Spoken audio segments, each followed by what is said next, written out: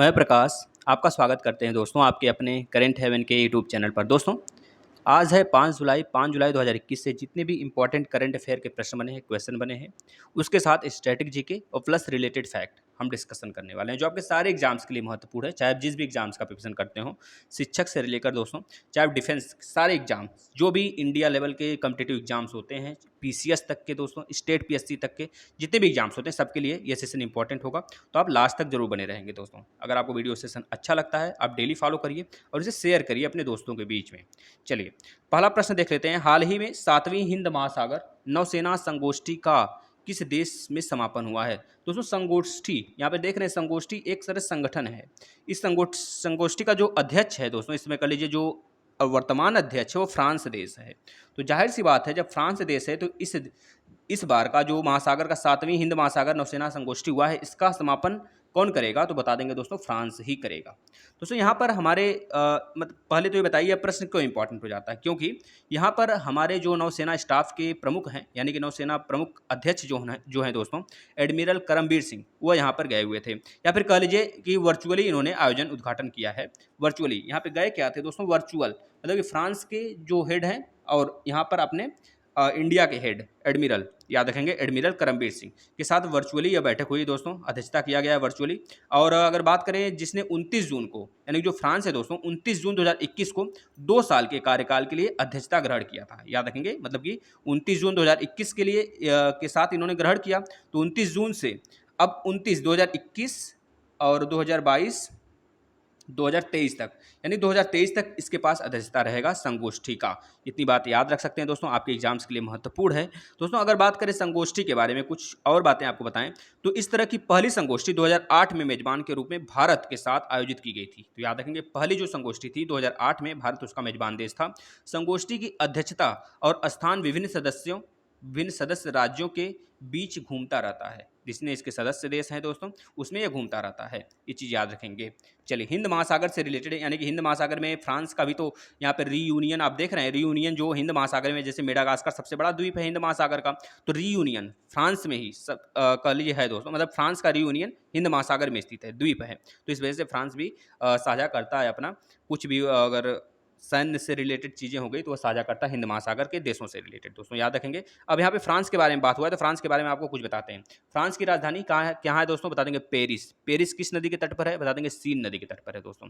दोस्तों जो आपका इंग्लिश चैनल है, इसके साथ कह लीजिए कि इसका इंग्लिश चैनल प्लस इंग्लैंड जो दोस्तों है, इनके इसके साथ जली सीमा साझा करता है। इंग्लिश चैनल के साथ फ्रांस और इंग्लैंड जली सीमा साझा करता है, याद रखेंगे दोस्तों। बिस्के की खाड़ी के साथ भी इसका जली सीमा साझा होता है फ्रांस का।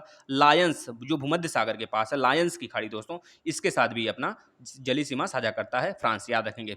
अगर स्थलीय सीमा की बात करें तो कितने देश हैं दोस्तों? 8 देशों के साथ ये अपना साझा करता है देश, है ना, जो बॉर्डर है इसका फ्रांस का। तो कौन कौन सा देश है भैया? तो बता देंगे Belgium, Luxembourg, Germany, Switzerland, Italy, Monaco, Spain और अंडोरा।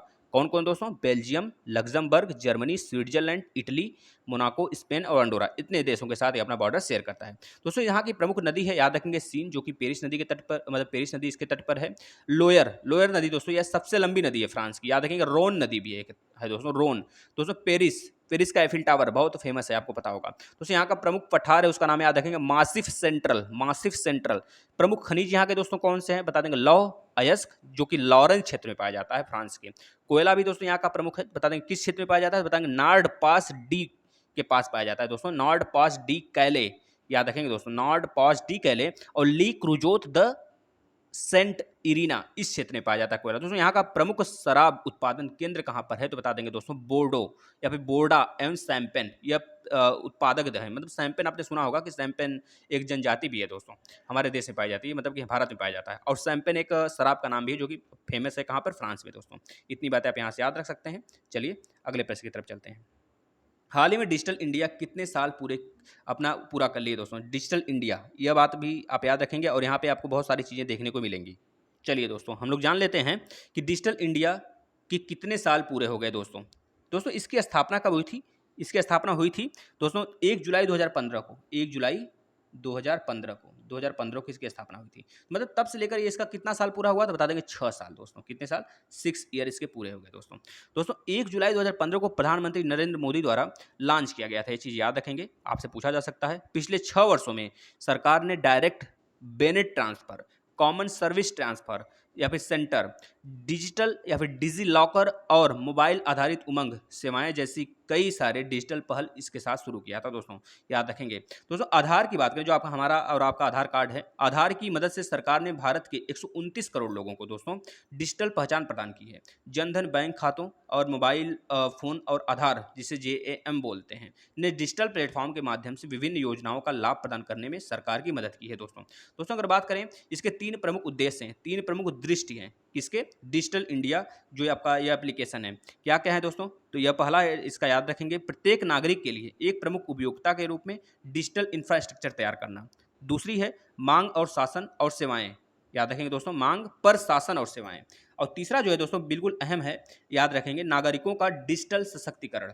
इतना इसका 3 अहम रोल है दोस्तों, याद रखेंगे, जो कि 1 जुलाई 2015 को प्रधानमंत्री द्वारा लॉन्च किया गया था। इसके 6 साल पूरे हो गए हैं, आपसे पूछा जा सकता है। चलिए अगले प्रश्न की तरफ चलते हैं। हाल ही में किस बैंक ने डॉक्टरों के लिए banking solution salute doctors launch किया गया है? मतलब किस बैंक के द्वारा यह काम किया गया है, तो बताएंगे दोस्तों किस बैंक के द्वारा, तो बता देंगे ICICI बैंक के द्वारा दोस्तों। अब ICICI बैंक के द्वारा दोस्तों क्या किया गया है? डॉक्टरों के लिए बैंकिंग सॉल्यूशन, कौन सा? सैल्यूट डॉक्टर्स, याद रखेंगे, सैल्यूट डॉक्टर ICICI बैंक द्वारा डॉक्टरों के लिए लॉन्च किया गया है। तो ICICI का फुल फॉर्म क्या होगा, तो बता देंगे दोस्तों, ICICI के full form industrial credit and investment corporation of India, यह होता है, याद रखेंगे। यहाँ पे ICICI की बात हुआ है तो और कुछ जान लेते हैं। ICICI का मुख्यालय यानी कि हेडक्वार्टर कहाँ पर है, तो बता देंगे मुंबई, महाराष्ट्र में। ICICI बैंक के MD और CEO कौन है दोस्तों, यानी कि मैनेजिंग डायरेक्टर और चीफ एग्जीक्यूटिव ऑफिसर, बता देंगे संदीप बख्शी दोस्तों, जो कि बहुत पहले से बने हुए हैं, याद रखेंगे दोस्तों। इसका टैग लाइन क्या है, जो आपके सारे एग्जाम्स में पूछ लिया जाएगा, तो आप बता सकते हैं, हम है ना ख्याल आपका, हम है ना ख्याल आपका, हमें है ना ख्याल आपका, यह भी सही है। अगर कहीं पे लिखा मिल जाता है आपका हम है ना ख्याल आपका, यह भी ठीक है, दोनों सही है। हमें है ना ख्याल आपका और हम है ना ख्याल आपका, तो ये दोनों बातें सही हैं, आप इसे एरर नहीं मानेंगे दोस्तों, ठीक है। चलिए नेक्स्ट प्रश्न की तरफ चलते हैं। हाल ही में किस बैंक ने सलाम दिल से पहल शुरू किया है दोस्तों? सलाम दिल से पहल किस बैंक द्वारा शुरू किया गया है, तो याद रखेंगे दोस्तों, HDFC बैंक, HDFC बैंक द्वारा सलाम दिल से नामक पहल शुरू किया गया है। दोस्तों इसमें क्या होगा, सलाम दिल से पहल में, ये सारी बातें हम बताते हैं। पहले बता देते हैं आपको HDFC के बारे में। HDFC का फुल फॉर्म क्या है? The housing development finance corporation. HDFC का हेडक्वार्टर कहाँ पर है दोस्तों, बता देंगे मुंबई, महाराष्ट्र में, जहाँ पे ICICI का है। HDFC बैंक के MD और CEO कौन है? शशिधर जगदीशन। और ICICI कौन थे दोस्तों? संदीप बख्शी, याद रखेंगे दोस्तों। HDFC बैंक के टैगलाइन क्या है, बोलेंगे वी अंडरस्टैंड योर वर्ल्ड। और ICICI क्या था दोस्तों? हमें है ना आपका ख्याल, ये चीज़ याद रखेंगे दोस्तों। यहाँ पर बात कर लेते हैं इस पहल के बारे में, सलाम दिल से, इसका मतलब क्या दोस्तों? HDFC बैंक ने देश भर के डॉक्टरों को श्रद्धांजलि देने के लिए, महामारी के दौरान डॉक्टरों की अथक सेवा के लिए उनका आभार व्यक्त करने के लिए सलाम दिल से पहल शुरू किया है। सलाम दिल से सभी को डॉक्टरों, यानी सभी डॉक्टरों को योगदान को स्वीकार करने और उसका जश्न मनाने के लिए प्रोत्साहित करता है दोस्तों, याद रखेंगे। मतलब डॉक्टरों की जो जितनी भागीदारी रही है, जो जोखिम उठाए हैं हमारे पूरे 2 साल में दोस्तों, जितने भी कोविड-19 से रिलेटेड सारी परेशानियाँ उन्होंने झेला है, उसके बारे में उनको कह लीजिए कि प्रोत्साहित करने के लिए यह सलाम दिल से नामक पहल जो है HDFC के द्वारा शुरू किया गया है, याद रखेंगे दोस्तों। चलते हैं अगले प्रश्न की तरफ। हाल ही में किस राज्य ने शुरू किया YSR बीमा योजना? दोस्तों जहाँ पे YSR आ जाता है तुरंत आप समझ जाया करिए ये आंध्र प्रदेश से रिलेटेड होगा। क्यों आंध्र प्रदेश से रिलेटेड होगा? क्योंकि आंध्र प्रदेश के CM जो है दोस्तों YS जगनमोहन रेड्डी उनका नाम है। इस वजह से वो भी कोई भी योजना लॉन्च करते हैं तो लगभग लमसम अपने ही नाम से लॉन्च करते हैं।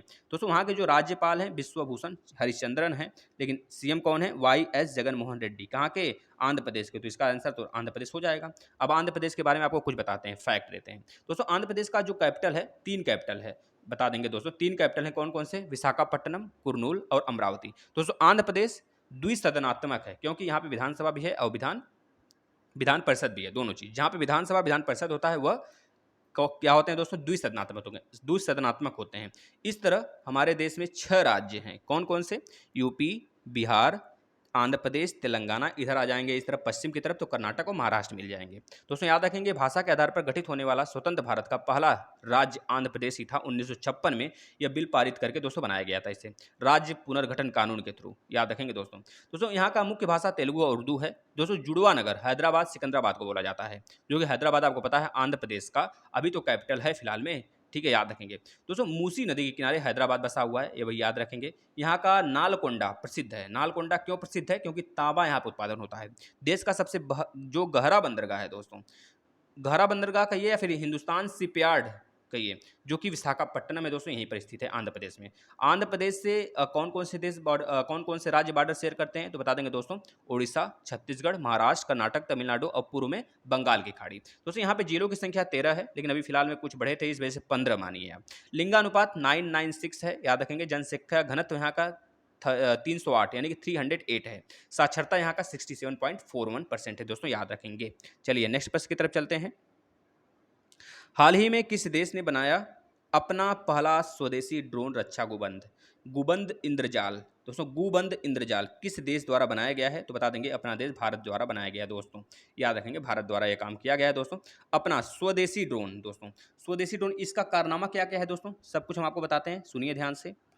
दोस्तों पहले तो इसका पूरा नाम याद रखेंगे। इसका पूरा नाम क्या है याद रखेंगे दोस्तों, इसका पूरा नाम है ग्रेने रोबोटिक्स, ग्रेने रोबोटिक्स स्वदेशी ड्रोन रक्षा गुबंद इंद्रजाल, याद रखेंगे दोस्तों। ग्रेने रोबोटिक्स क्या है? एक तरह से कंपनी है दोस्तों, हैदराबाद में स्थित है, जो कि भारतीय कंपनी है, हैदराबाद में स्थित है, ये बातें याद रखेंगे दोस्तों। इसका प्रमुख काम क्या होगा, क्यों इंपॉर्टेंट है इतना तो बता देंगे। इंद्रजाल हवाई खतरों के खिलाफ दोस्तों 1000 से लेकर 2000 किलोमीटर के क्षेत्र को स्वायत्त रूप से रक्षा प्रदान करेगा, यानी कि रक्षा प्रदान करने में सक्षम होगा। दोस्तों यह मानव रहित हवाई वाहन है। मानव रहित का मतलब मानव इसमें नहीं होंगे, मानव सहित का मतलब होता है मानव के साथ, और मानव रहित का मतलब मानव नहीं है इसमें। और निम्न रडार क्रॉस सेक्शन लक्ष्यों जैसे कि हवाई खतरों का आकलन और कार्रवाई करके क्षेत्र की रक्षा कर सकता है। दोस्तों इतनी बात आप याद रखेंगे। इसका महत्वपूर्ण काम और है एकीकृत और बुद्धिमानी जालीदार नेटवर्क बिछा देना, 9 से 10 प्रौद्योगिकियों का सक्रियात्मक संयोजन करना, याद रखेंगे। 24x7 मतलब कि पूरे अगर 24 घंटा की बात करें और 7 दिन की बात करें तो लगातार ये अपना निगरानी क्षेत्र को बनाए रख सकता है दोस्तों, निगरानी करता रहेगा। इस पर कोई भी इफेक्ट नहीं आने वाला है कार्रवाई और ट्रैकिंग को लेके, ये चीज़ याद रखेंगे। इसमें बहुत सारे नेविगेशन सिस्टम भी लगाए गए हैं, याद रखेंगे दोस्तों, है ना। चलिए अगले प्रश्न की तरफ चलते हैं। हाल ही में शोधकर्ताओं ने किस राज्य में खोजा ब्लैक बेलिड कोरल सांप? दोस्तों महत्वपूर्ण है दोस्तों, ये बता देंगे कहाँ खोजा गया है। उत्तराखंड में खोजा गया है दोस्तों। कहाँ पर? उत्तराखंड में। उत्तराखंड दोस्तों याद रखेंगे। दोस्तों अभी आपको पता है उत्तराखंड के जो सीएम थे अभी हाल ही में चेंज हुए हैं। पहले त्रिवेंद्र सिंह रावत थे, तो कीरत सिंह को बनाया गया था। कीरत सिंह अपना कह लीजिए कि 6 महीने को उनको मौका दिया गया था कि आप विधानसभा में दोस्तों आप अपना क्या करिए, बहुमत सिद्ध करिए। उन्होंने बहुमत नहीं सिद्ध कर पाया, तो इस वजह से उनकी सरकार गिर गई है। मतलब सरकार क्या, वह हटा दिए गए हैं, मतलब वह नहीं है आपके सीएम। तो अब कौन बन गया है दोस्तों? पुष्कर सिंह धामी, याद रखेंगे, पुष्कर सिंह धामी को बना दिया गया है दोस्तों। उत्तराखंड के जो सीएम हैं पुष्कर सिंह धामी हैं, और यहाँ के गवर्नर कौन है? बेबी रानी मौर्य हैं, याद रखेंगे दोस्तों। कैपिटल देहरादून है। अभी हाल ही में ग्रीष्मकालीन कैपिटल भी बनाया गया था उत्तराखंड का, क्या नाम था दोस्तों? गैंडसेन, गैंडसेन, याद रखेंगे। तो देहरादून में ही सौम्य डैम बन रहा है, याद रखेंगे दोस्तों, सौम्य डैम। दोस्तों सूर्यधर झील भी यहीं पे बन रहा है देहरादून में ही। जिम कॉर्बेट नेशनल पार्क, जो कि भारत का सबसे पुराना नेशनल पार्क है दोस्तों, यहीं पर बनाया गया था। उसका नाम था हैली, जो कि 1936 में बनाया गया था। और 1951-52 के आसपास में यह कह लीजिए वहाँ का जो खूंखार जानवर था उसके नाम पर इसका नाम रख दिया जाता है, याद रखेंगे दोस्तों। दादाजी नेशनल पार्क, गोविंद पशु विहार यहीं पर स्थित है। सोना नदी पर या फिर सोन नदी पर वाइल्ड लाइफ सेंचुरी यहाँ पर स्थित है, याद रखेंगे दोस्तों। ई ग्रंथालय यहाँ पर शुरू किया गया है दोस्तों। फुलदेई त्यौहार हो गया, हरेला पर्व त्यौहार हो गया, यहीं पे मनाया जाता है। महिलाओं को मालिकाना हक देने वाला पहला राज्य दोस्तों उत्तराखंड बना है। कोरोना वायरस पोर्टल दृष्टि सटीक जानकारी देने के लिए दोस्तों लॉन्च किया गया था यहाँ पर। बेरोजगार युवाओं के लिए होप पोर्टल यहीं पे लॉन्च किया गया था। भारत का पहला लाइकन पार्क यहीं पे बन रहा है दोस्तों। स्मृति पहल का उद्घाटन यहीं पर किया गया था दोस्तों, याद रखेंगे दोस्तों। अगर यहाँ पे बात करें महिला कमांडर या फिर महिला कमांडो फोर्स और स्मार्ट चीता पुलिस का उद्घाटन भी यहाँ पे किया गया था, ये चीज़ याद रखेंगे दोस्तों। भारत का वन चिकित्सा केंद्र यहाँ पे खोला गया था। वन चिकित्सा केंद्र दोस्तों यहीं पे खोला गया था, याद रखेंगे। यहाँ की लोकसभा सीटें 5, राज्यसभा सीटें 3 और विधानसभा सीटें 71। 9 नवंबर 2000 को यह राज्य बना था दोस्तों, राज्य की स्थापना हुई थी। चलिए अगले प्रश्न की तरफ चलते हैं। हाल ही में भारतीय नौसेना के उद्दीपोत ने दक्षिण कोरियाई पोत के साथ किस सागर में सैन्य अभ्यास किया है दोस्तों? तो बता देंगे पूर्वी चीन सागर में यह सैन्य अभ्यास किया गया है दोस्तों, भारतीय के साथ और दक्षिण कोरियाई सेना के साथ। चलिए नेक्स्ट प्रश्न की तरफ। हाल ही में किस देश की company Rafael advanced defence system ने 300 किलोमीटर रेंज वाली सी ब्रेकर एआई मिसाइल का अनावरण किया है दोस्तों? तो किस देश द्वारा किया गया है? तो बता देंगे इजराइल। अब इजराइल के बारे में आपको पता है, यरूशलेम यहाँ का कैपिटल है दोस्तों, है ना। और बहुत सारे यहाँ पे गोलन हाइट है जो कि हमेशा विवादित क्षेत्र है, आपको बहुत बार डिस्कस किए हैं। आप इजराइल के बारे में जितना जानते हैं वो लिख डालिए दोस्तों कमेंट बॉक्स में। कल के प्रश्न का आंसर देख लेते हैं। हाल ही में विदेशी कामगार के लिए दुनिया का सबसे महंगा शहर कौन है दोस्तों? तो बता देंगे अशगाबाद। अशगाबाद कजाकिस्तान का कैपिटल है दोस्तों, याद रखेंगे, मतलब वहीं पर पड़ता है यह शहर है। और हमारे यहाँ का सबसे जो महंगा शहर है मुंबई 78वें नंबर पर है दोस्तों, 78 नंबर पर है, जो हमने बताया था आपको, आपने देखा होगा। चलिए अगले प्रश्न की तरफ चलते हैं, जो आज का क्वेश्चन ऑफ द डे है। हाल ही में किसने अम्बेडकर स्मारक और सांस्कृतिक केंद्र की आधारशिला रखी है दोस्तों? लखनऊ में रखा गया है। तो आप बताएंगे यह किसने रखा है, किसके द्वारा रखा गया है दोस्तों? अब इससे आप अंदाजा लगा सकते हैं और पकड़ सकते हैं दोस्तों। और डेली आप सेशन देखिए दोस्तों, क्योंकि आपको बेहतरीन तरीके से फायदा होने वाला है दोस्तों। भैया हाल ही में हमने कल रात में आपको मई से रिलेटेड जितने मई के इंपॉर्टेंट प्रश्न हैं, करंट से रिलेटेड है, सब कुछ हमने डाल दिए थे, 300 प्लस क्वेश्चन। तो आप वो जाके फॉलो कर सकते हैं। और इसी तरह इस वीडियो सेशन में बने रहिए। अगर आपको अच्छा लगता है तो आप ज़्यादा से ज़्यादा शेयर करके अपने फ्रेंड्स को और अपने कलीग को जोड़िए दोस्तों, क्योंकि एग्जाम्स लगने वाले हैं, है ना। चलिए धन्यवाद मित्रों।